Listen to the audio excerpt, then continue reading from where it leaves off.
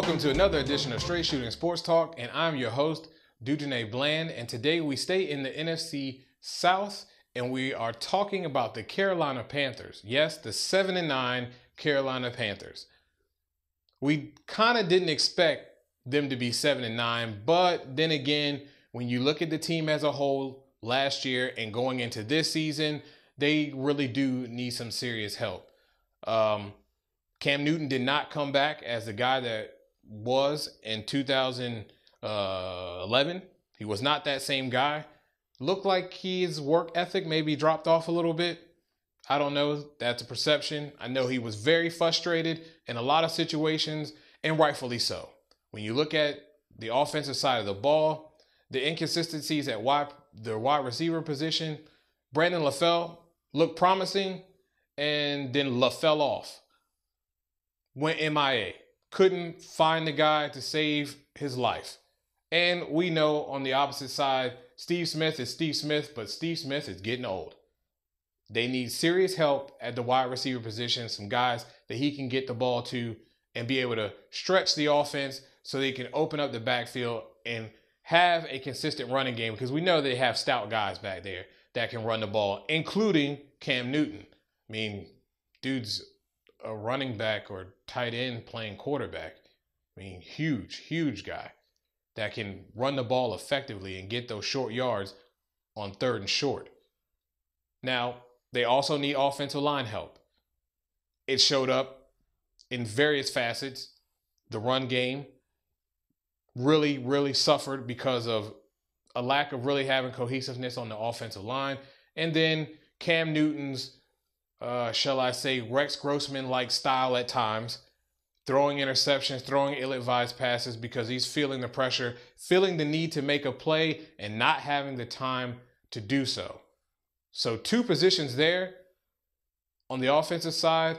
And on the defensive side, they absolutely have to get better in the defensive tackle position.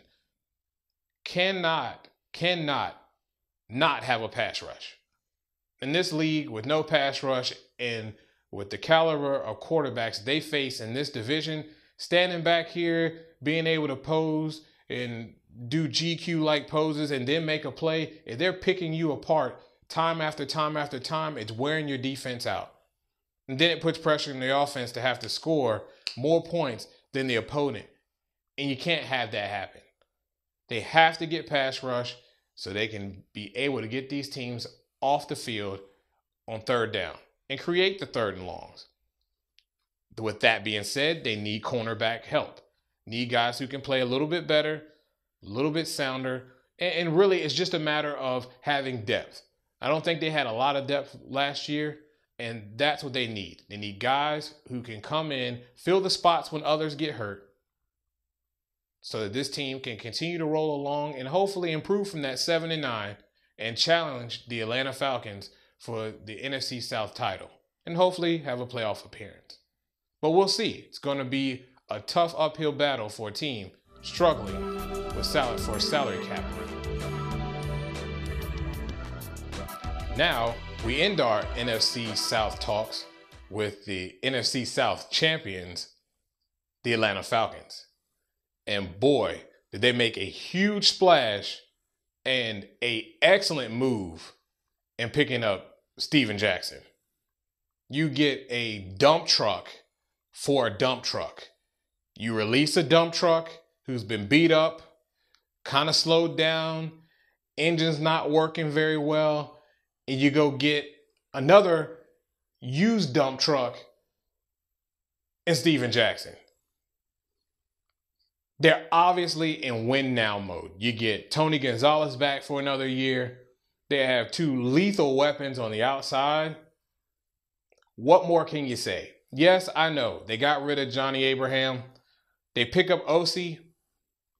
Pretty cheap. Guy who can rush the passer. And yes, they're still going to need a little bit of help on the defensive side of the ball. And I say you get depth at the linebacker position. That way you have no fall off, some quality guys who can play sound football, make tackles, not over pursue, but just play sound, solid football. And you get guys who can be solid at the corner position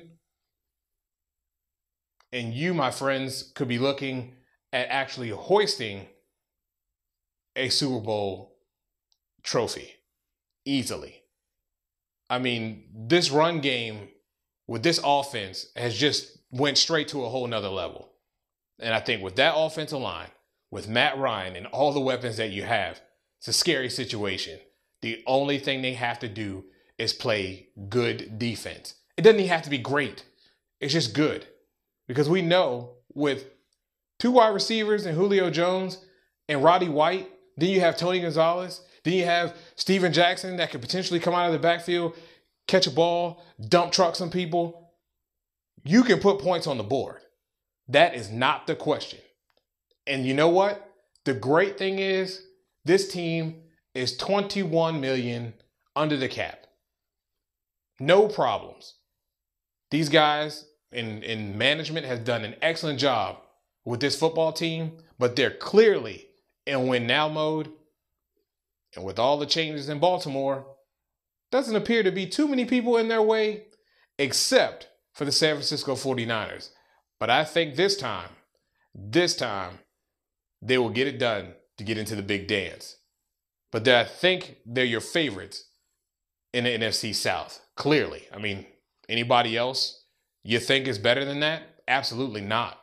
They're clearly going to win the NFC South again. Well, we thank you for tuning in to another episode of Straight Shooting Sports Talk. Again, leave comments at the bottom of our show. We'll be willing to keep the dialogue going with you. And as always, if you have a topic or something you'd like to hear our take on, shoot us an email to straightshootingst@gmail.com. And as always, subscribe to the show. Again, you've been watching Straight Shooting Sports Talk.